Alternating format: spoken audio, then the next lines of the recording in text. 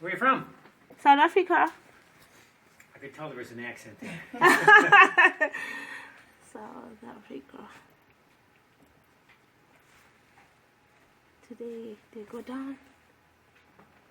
That's all we really need. Your name and how did you hear of us? She's an Adventist, so she read from. All right.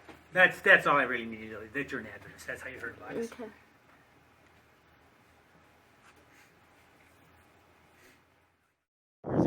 The church behind it, that is the first church that was legally organized and dedicated as the Seventh Adventist Church. Okay.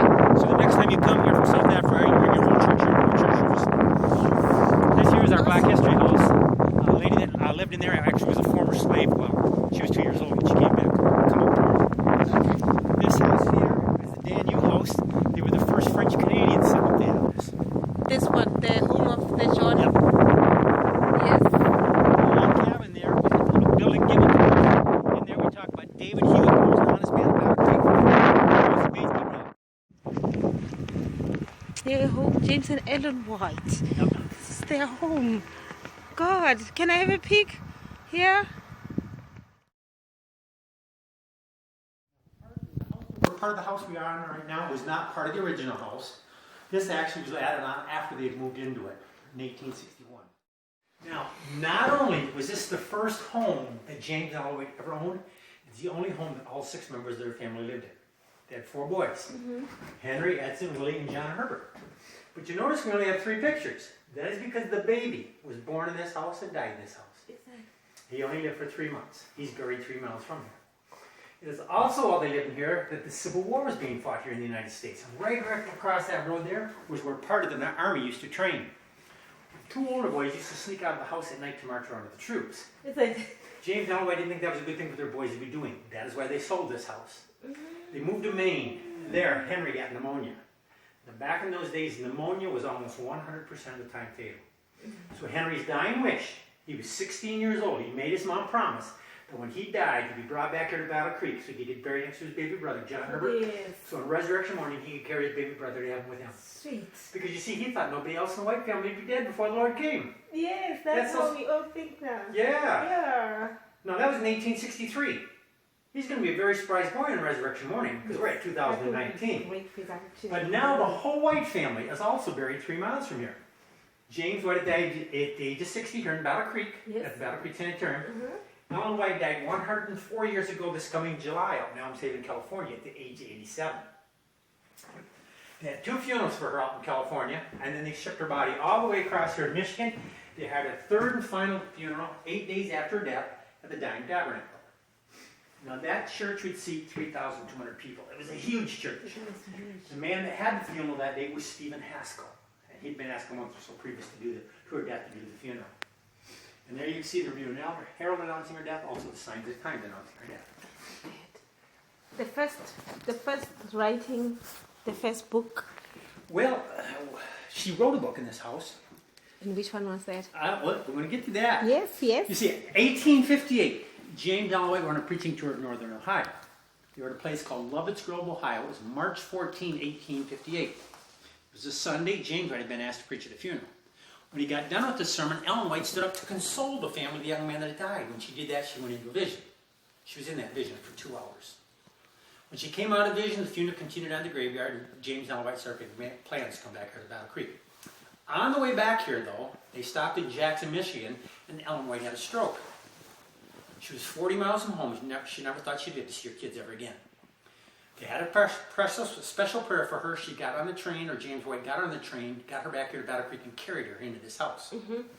3 months later, she was shown why she had that stroke in Jackson, Michigan, because she was shown Satan had been trying to kill her there.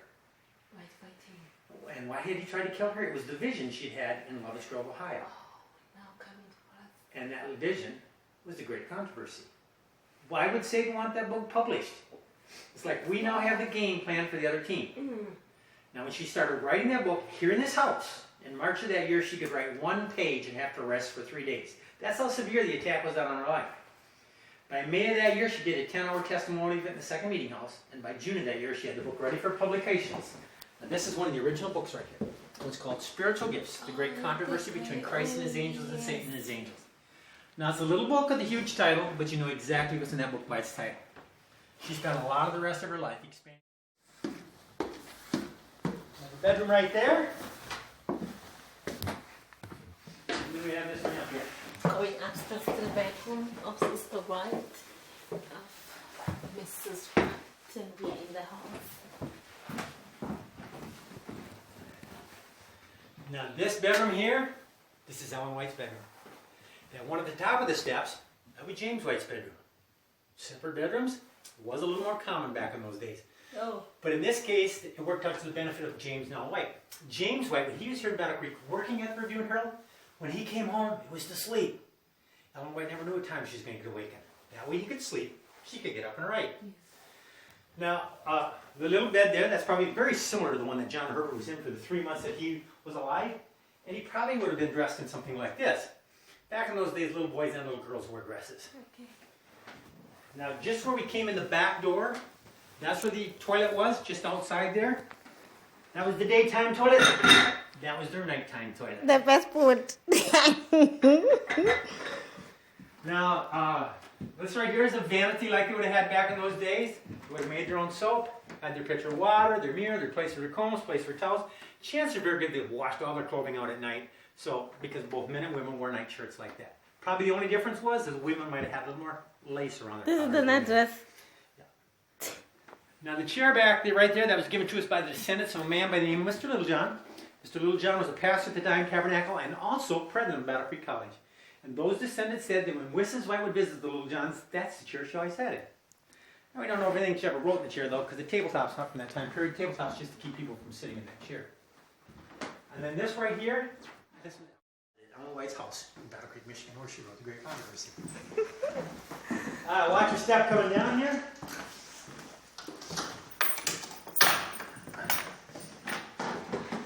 Alright, this is the parlor of the house. This is where the family would gather. This is where they entertain their guests.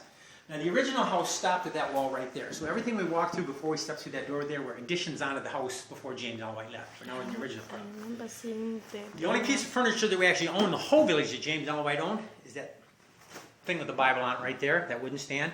It's from this time period, so technically it could have been in this house. We just don't have that proof. They might have bought his used furniture later on. In the blue room right here, this is the boys' bedroom. A baby's bed, because Are you that's taking pictures, babe? John Herbert. Didn't you say video? Or is it video recording? Hey. Oh, John Herbert, their fourth son, was born in this house and died in this house. okay. Oh, okay. And so he would have had a bed very similar to that. Oh, okay. And now also, this is the vanity like they would have had back in those days. They would have had their homemade soap, pitcher of water, their mirror, their Take a place for picture their for comb, this one. place for their towels. And chances are they washed all their underclothing Yeah. every night because Yeah. men and women both wore night shirts like that. Just pictures, yeah. Oh, okay. Oh, so this was for the hair? Yeah, they could either straight Tom. or curl, I think, with it. I know. We used to do it. We used to... Hold them again, Molly. And here, please put the video. You didn't put the video here. No, I don't want the video for me.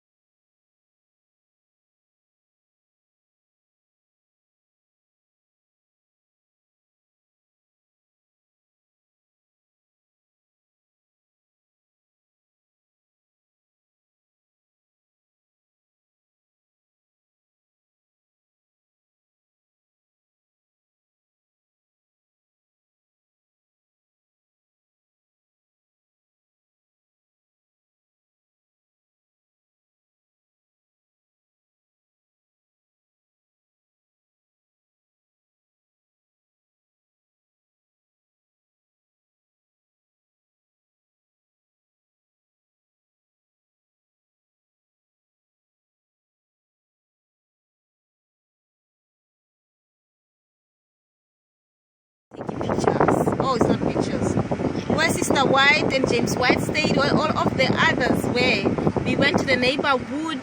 The most touching one was when we went into her bedroom and we sat on the bed in the room. I held the Bible, the first very Bible she used, she received visions on. It's as old as 1822. Homonatemo. I had a good time, my friend. I did. We'll definitely come here. We're shown where we will be worshiping. Maybe should the church come, we'll be worshiping there. The song of yours that is playing the whole video of the kitchen.